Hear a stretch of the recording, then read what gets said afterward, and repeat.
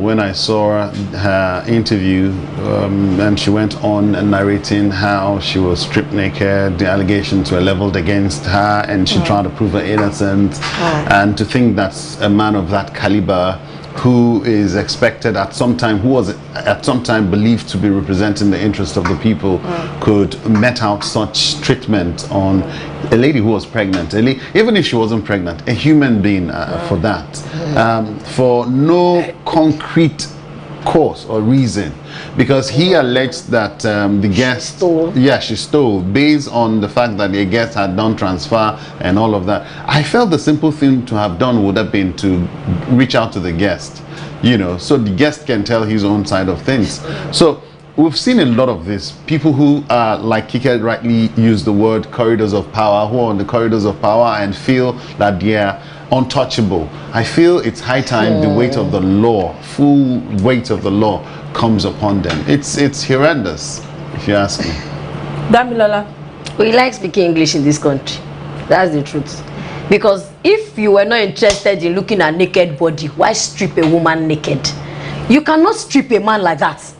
As in, oh, you don't understand. So apparently a guy was, but he was left with his pants on. Why did you have to even strip anybody? My people will say, is removing the head the solution to headache? There must have been, there should have been a template for that. Okay, Mr. A, you made a transfer to this account and she didn't get it, like you rightly said. Let's go back to the root and find out what happened. Why did you have to dehumanize her? Then you're saying the people in the corridors of power. Yes, the way power is sweet and intoxicating, we have not done too well, especially with choosing our kind of leaders. We need to look at their empathy level. We need to even look at how human they are. Some people do these things to their own domestic staffs. They do it to their wives, and they feel that that's the appropriate way to act. So how won't they do it to somebody outside and just feel that nobody will hold me? And you said, you talked about justice too. Justice will be served, maybe in the sitting room. We will serve it like jollof rice and put chicken on top. It's justice. Because we keep rigmaroling and not going back to the foundational problems. It's easy to when you want to fight a fire, you don't fight it from the top. You go to the base. But now we're talking about, even we know that the Nigerian judicial system is decayed, the Nigerian police has rotted, the Nigerian government itself, the federal government, at every level. So if we don't attack it, a man who feels that because he was a minister, he was a minister. So at this level, where do you think we should attack it from? So first thing first, we are going back to 2023, just that it's far. It's very far. When we get there, we will know how to address. But when we still get there, we will still fall inside this pit. All right, watch. You know, this is so dehumanizing and absolutely an infringement on human rights, you know, and it is a total disregard on the law and a blatant approach to jungle justice. So the hoteler, we don't care. I don't care who he is or who he is in the society or wherever he is at the moment, what he has done. I feel that it needs to be brought to books and justice and there must be justice for taking laws into his hands and practically using his power and influence to trample on other human rights of his own employees. It's so sad, and I think there are points that I want to raise there. The first point is the fact that this is impunity that we are fighting on in our country, that anyone can just go with anything that they've done scot-free without being questioned on his or her own actions, and that is part of the challenges that we are still facing thus far in this country. We keep talking about the same thing year in, year out. When you pick up the newspapers today, you see how people in power are not ready to be accountable. This is one of it. And the second thing I want to also raise is that are there laws in our country that is binding all of us in our action, especially when it comes to all the things that we are doing today. No, like do you understand? Like I said, we know there is a law. Who is serving the law? Who is making sure that the helpless gets justice? Who is that sentimental person sitting in that office? that thinks that, oh, because he is my friend or she is my friend, or he has done me a favor before, I should compensate at the expense of another person's rights. So the question is, Damilola, are there laws binding the relationship between the employee or employers and employee? Yes. As starting from there are laws. individual, especially starting from individual rights and powers in advanced countries such as UK, their employers act, etc. They have a union. There is a union to employees. We have a union that is written in the paper. When was the last time that those laws have been amended? Have we really checked? That's the question. So was there a court? Another point is that there was a court that presided on the matter after the arrest by the police people that gave in a verdict on the case. You know, there are so many angles to this story, and those are the challenges that we are still facing year in, year out. Marshall, you and I, we all can be here today and we can call out these people, but the question is, because he has been in that power before and he's connected to quite a number of people, I feel that all these things after being said, I understand that the power of social media now is bringing a lot of people to readdress. But the question is, how far? Imagine many years ago, he would have done this scot-free and nothing would have been done. You know what? We'll go on a quick break and bring our guests into the studio. Okay. We'll be right back. Please stay with us. Me say, when people make me smile, I tell them people say how I love plenty, just like 1,000 smiles. Waiting for 7 months was far too long.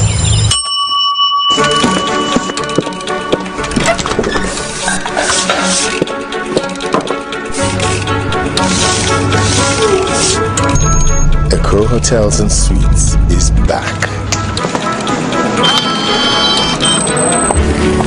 with the same passion to take care of me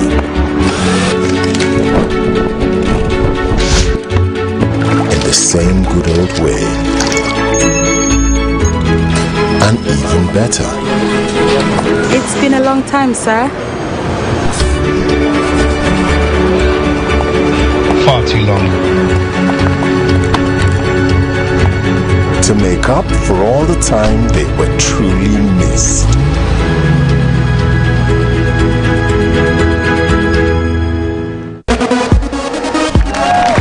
The new look Amstel Motor, and introducing new Amstel Motor Ultra, the first ever no added sugar malt. Both made from the best quality ingredients, have a world-class name, and are good for you. Amstel Motor and new Amstel Motor Ultra with no added sugar. Be your best.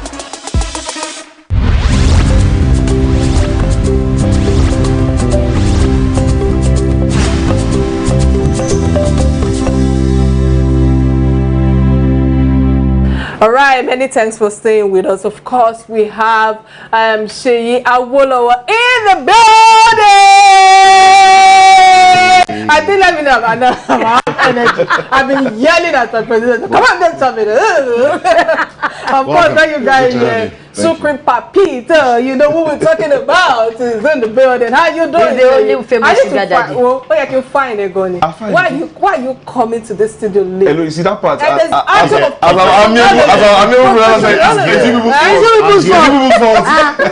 you're telling him it's fine. I'm here and you're telling him it's fine in my presence. Yes, husband. All right, guys, let's be serious. So my first question to you, because I know there's lots of discussion we want to have with you. So the creative art industry are craving a niche for themselves, and as a talent hunter and an actor, describe to us how you have carved your own niche, you know, when it comes to what's it called, at the art industry, knowing that you studied psychology in school, right? Correct? Yes. So how do you crave your own niche into art and entertainment today? Leave Big Brother alone. Just go straight. Clearly, okay. Right now, doing that is taking a huge risk. You have to be willing to swim in uncharted waters and just do things that you might not have ever done before. Okay.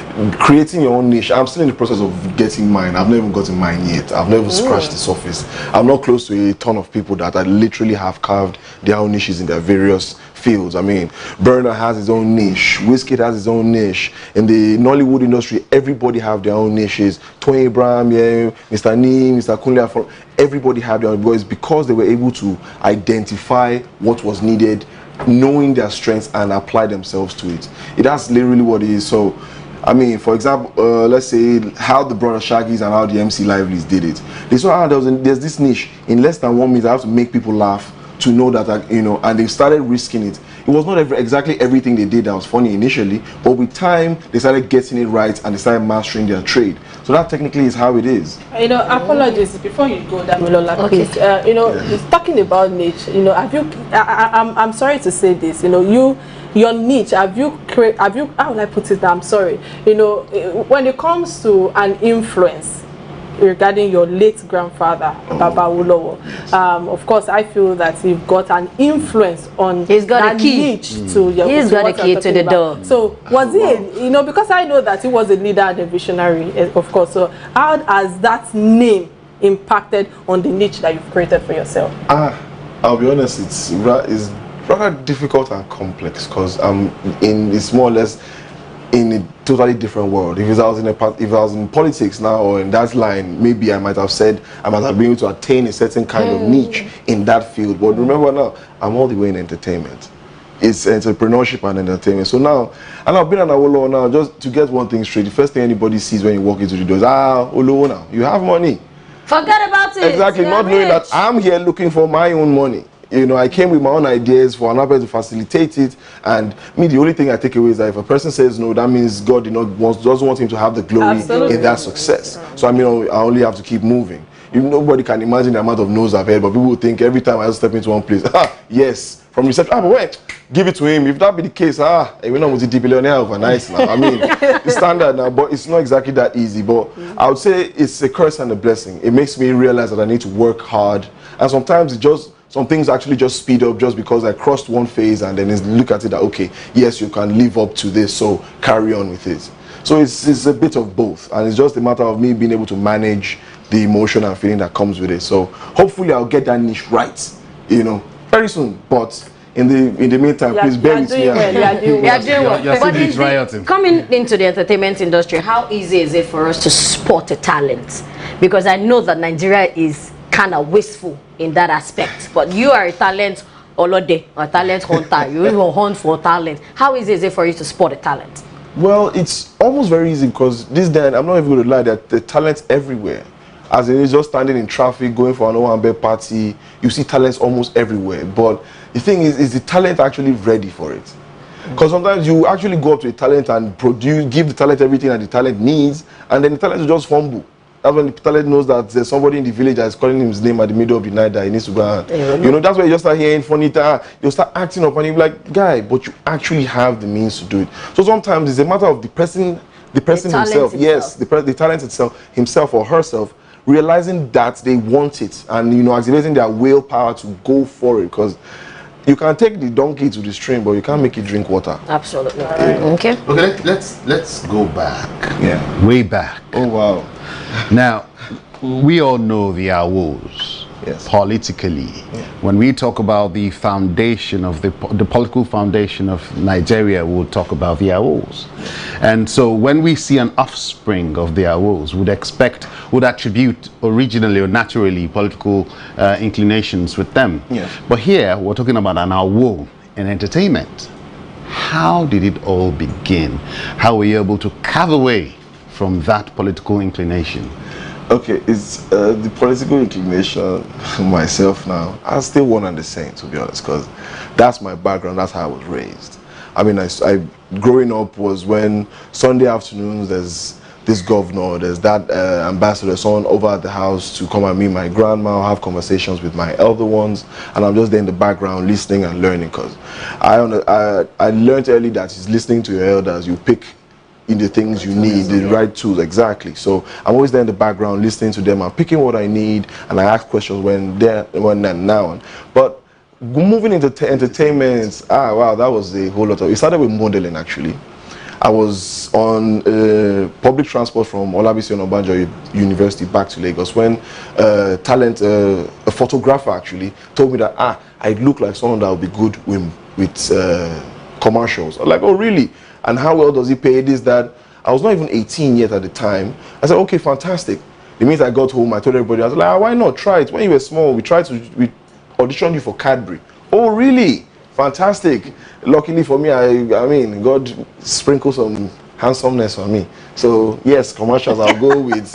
I can put my face up near brands, and that's how it started. And from there, during the course of a couple of shoots, they said, you seems like you're a good actor. Have you tried this? You know, then the first one went, tried that again another time, and from there I just started moving into it. I'm like, okay, I think this is my own space. This is where I can attain my own Awolowo status if I push hard, because now there's nobody in front of me to say that this is the person you're emulating bone for bone and teeth for teeth. Now you are doing your own thing. I'll be able to make my own mistakes, learn from my experiences, and grow.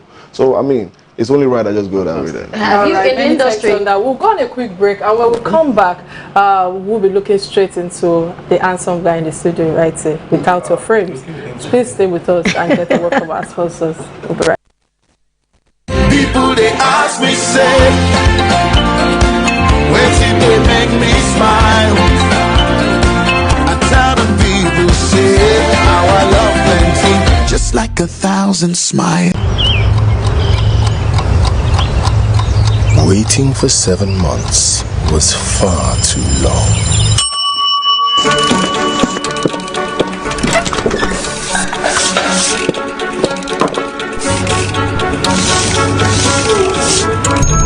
Echo Hotels and Suites is back with the same passion to take care of me in the same good old way, and even better. It's been a long time, sir. Far too long. To make up for all the time they were truly missed.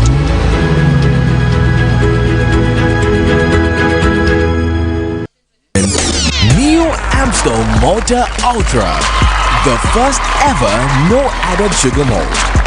Both made from the best quality ingredients, have a world-class name, and are good for you. Amstel Malta and New Amstel Malta Ultra with no added sugar. Be your best.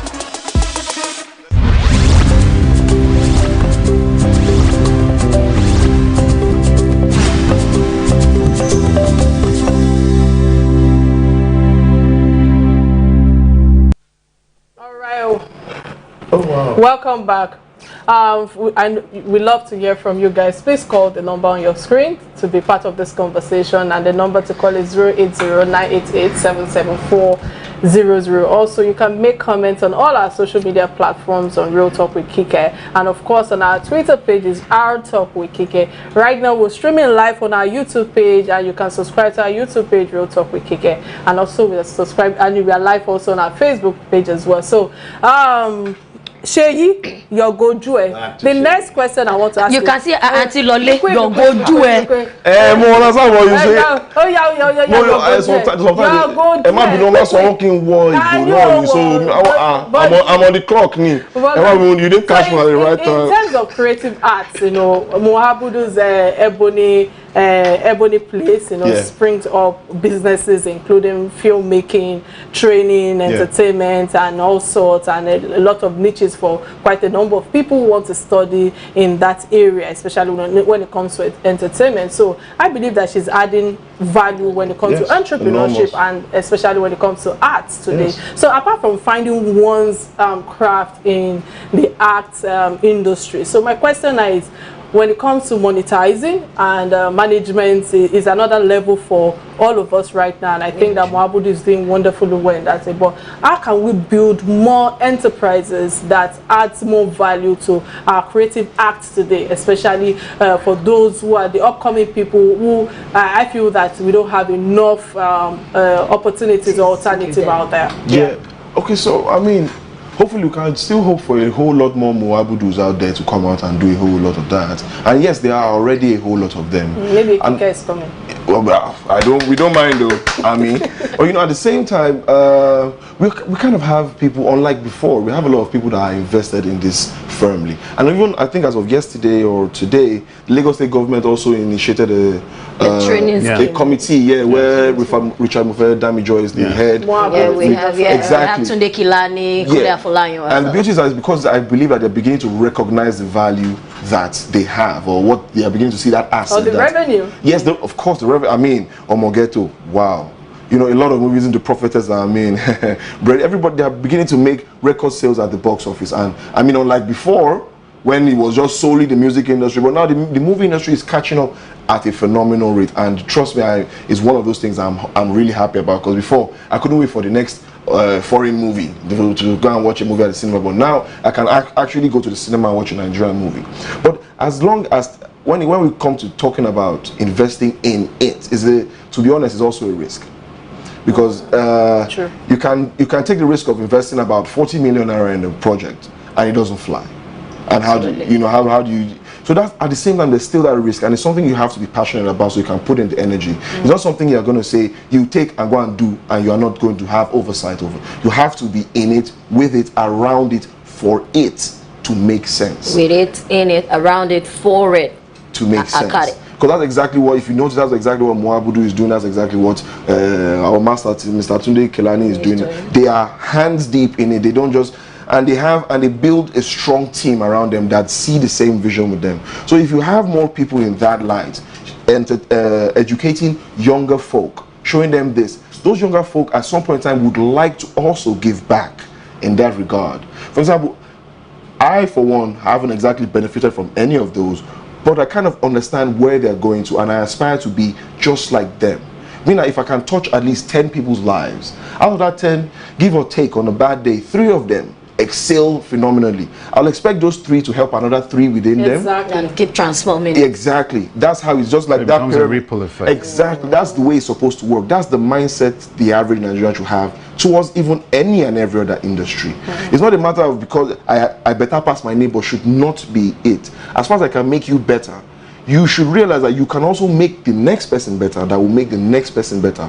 Just a matter of just putting that one bit in, which is what I believe that all these people that you've mentioned have already done, and more people will soon start to do as well. Okay, let me ask you, being an actor now, do you think that are you first of all thinking of producing your own film soon? Of course, yes. Anytime soon? Yes, hopefully. Are you working on it already?